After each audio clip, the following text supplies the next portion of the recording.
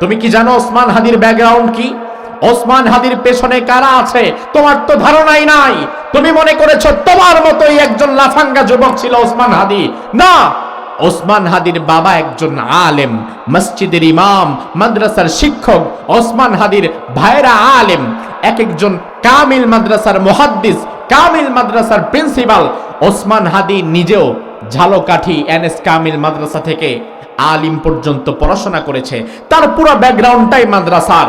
অবশেষে তার বাবা তাকে বলল যে আমার এতগুলো সন্তানের মধ্যে একজন ইউনিভার্সিটিতে পড়ুক, ঢাকা ভার্সিটিতে যাক, এটা আমি চাই, সমস্যা নাই।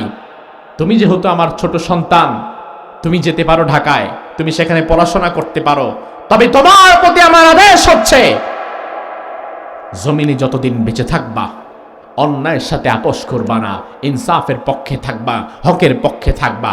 এই মর্মে যদি ওয়াদাবদ্ধ হতে পারো তাহলেই তুমি যেতে পারবা।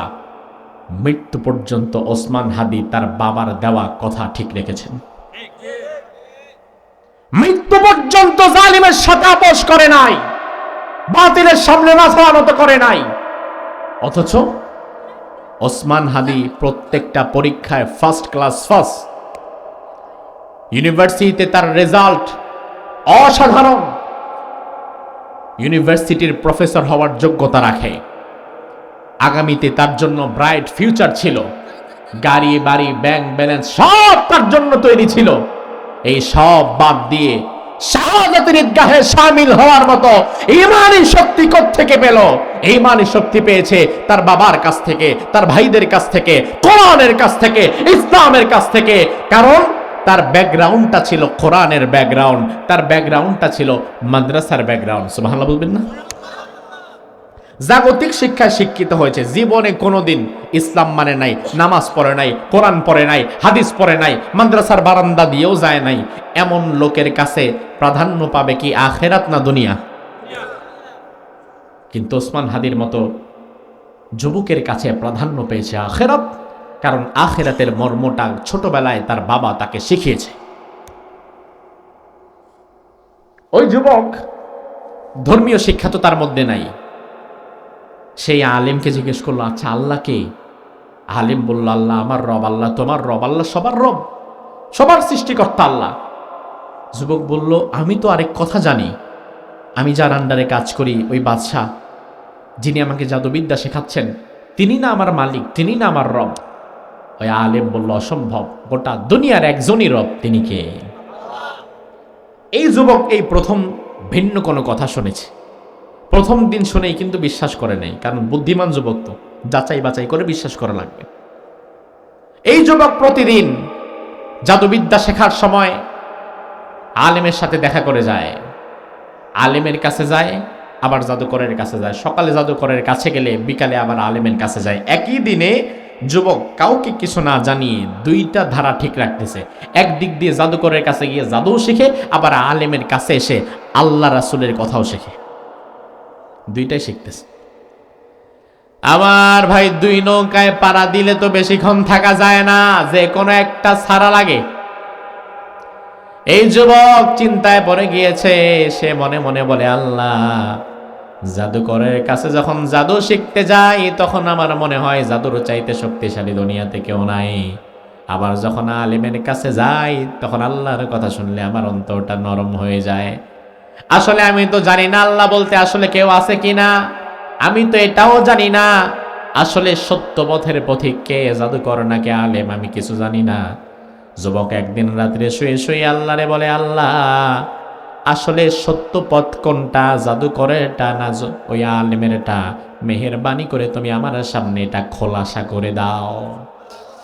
আমার ভাই, বিষয় হচ্ছে, কেউ যদি আফ্রিকার জঙ্গলে শুয়ে থেকেও হেদায়েত পাওয়ার স্বপ্ন দেখে, ওই আফ্রিকার জঙ্গলের ভেতরে ওই মানুষটাকেও হেদায়েত দেওয়ার ক্ষমতা আল্লাহর আছে না নাই?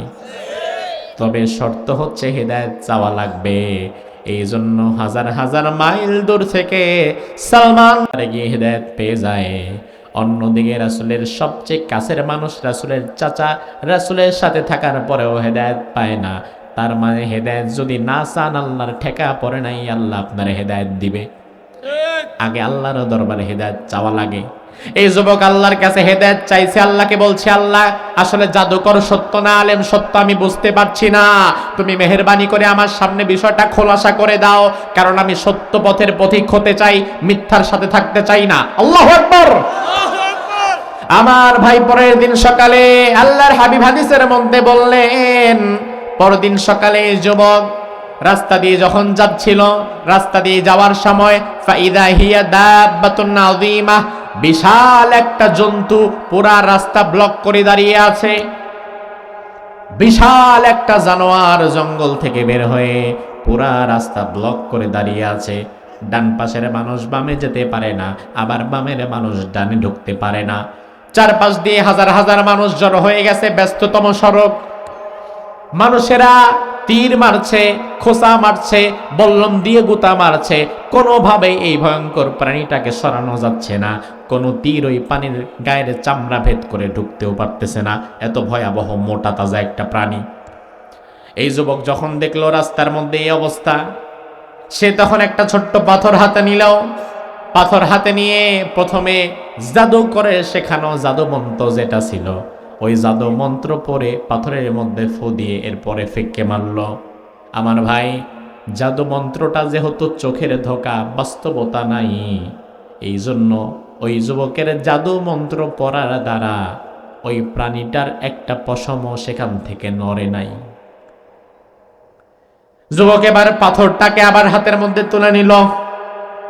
এবার যুবক আল্লাহর দরবারে বলে, আল্লাহ, আল ইয়াউম আলামুস সাহির আফদল আমির রাহিবি আফদল, আজকে আমি জানতে চাই জাদুকরের জাদু বিদ্যা সত্যি নাকি ওই আলিমের কথা অনুযায়ী আল্লাহর ক্ষমতা সত্যি।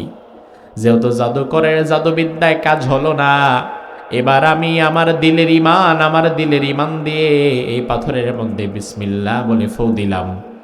আল্লাহ বলতে যদি কেউ থেকে থাকে, তাহলে ওই আল্লাহর শক্তি অনুযায়ী এই পাথরের দ্বারা যেন এই প্রাণীটা সরে যায়।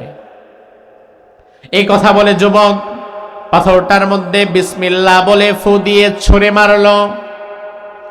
পাথরটা যখন ওই প্রাণীটার গায়ের মধ্যে পড়ল, সাথে সাথে ওই প্রাণীটা ওই জায়গার মধ্যে ছটফট করে মৃত্যুবরণ করল।